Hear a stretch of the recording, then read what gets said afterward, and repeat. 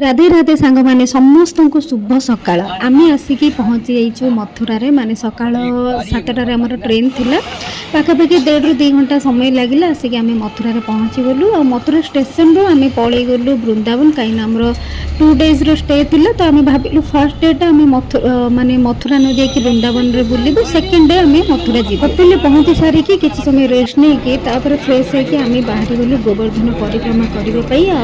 जो आम वृंदावन रे थिलु तो वृंदावन रू गोवर्धन आम अटो जाइलु पाखापाखि 30 मिनिट्स रू भी अधिक समय लगी जाइतिला तो सेठी पहुँची पहुँची 1:30 जाइतिला सकाळ किछि भी खियाई नतिला तो सेति प्रथम आम मंदिर जीवा पूर्व गोटे ढाबा रे रही किछि खाई देइथलु बिलीव करिवनी सेटिकार खाइबा प्राइस बहुत हाई थिला किंतु खाइबा एत्ते बकवास थिला एत्ते टेस्टलेस थिला तो नेक्स्ट टाइम केबे गले सेमती जगह खाइबेनी बोली भाबुची तो आपण माने भी जो माने जाउचंती देखि जाई भल जगह देखि खाइबे तापर आमे सेठी पाख आकर छोट बड़ सब मंदिर जाइए आगे बुलिलु आ बुलाबुली सारिकी तापर आम गोटे ई रिक्शा करदेलु कहीं आमको जेहेतु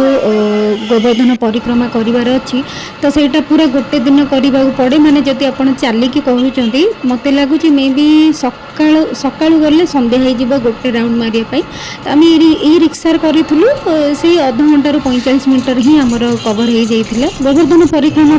पर आम पलि गलु श्यामकुंड और राधाकुंड बुलायापाई से पाखरे पाखापाखि 10 ରୁ 20 टंका ही नौ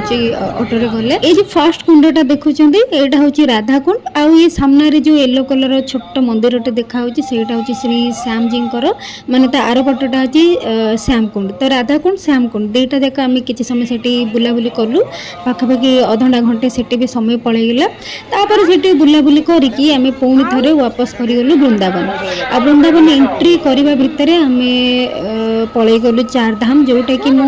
संपूर्ण भाव में भूली जाइली अटोरे बसला ये जो माँ को मूर्ति देखुं मूर्तिटा देखिकी मोर मन पड़ा तापर मुझे भाविली कि मन पड़ी माने चल जा बुलिकी आसवा ये जो मूर्ति देखुं पछपटे भोलेनाथ अच्छी आ सामना पटे माँ दुर्गा अच्छी आईटा माने मे भी वीडियो छोट देखा कि पाखरे बहुत बड़ मूर्तिटा बहुत बड़ मूर्तिटा देखिकी मन बहुत खुशी होता सामने देखिले तो एत खुशी लगुला से कहीकि बुझे हेनी तापर आम गलु भितर को गोटे छोट म्यूजियम टाइप रही माने ए प्रोजेक्ट केबे आरंभ है कौ मसीह आरंभ है आरंभ टू नहीं शेष पर्यंत सबू जाक अच्छी तो सेठी किसी समय बुलाबुली करके आम सबू जगह गलु बुलायापी जेहेतु ये जगार ना चारधाम तो चारधाम टोटाली सबू जाक बुलिलु ता भितर बहुत सारा मंदिर अच्छी आ भगवान सबू प्रकार मूर्ति ये संगे मुझे पाईगली आमर श्री जगन्नाथ को आ संगे भगवान विष्णुकर जितेक अवतार सबू जाक थिला आ भोलेनाथकर भी थिला तो जो मैंने जाइछन्ति से माने जानिछन्ति और जो मैंने जाई भी नांती तो तांको मु भी कहबी वृंदावन जाउछन्ति माने थरे चारधाम जाइकी बुलिकी आसंतु बहुत बढ़िया लागिवो तो सेठू बुलाबुली सरिया भितर 8टा 8:30 हो जाइतिला तापर आम फ्रंट रे गोटे ढाबा थिला सेठी बसी किछि खाई देइथुलु काइना दिन जाक किछि खाई नथुलु लंच पर खाई के देइकी तापर आम पळे गलु होटल नहीं इतना सारा मत लगाओ बस आधा बस अरे इतना मत लगाओ मैंने राधा लिखने के लिए बोला आपने इतना सारा नहीं राधा ही लिखेगी आप राधा है दीदी रखते रहे ना तो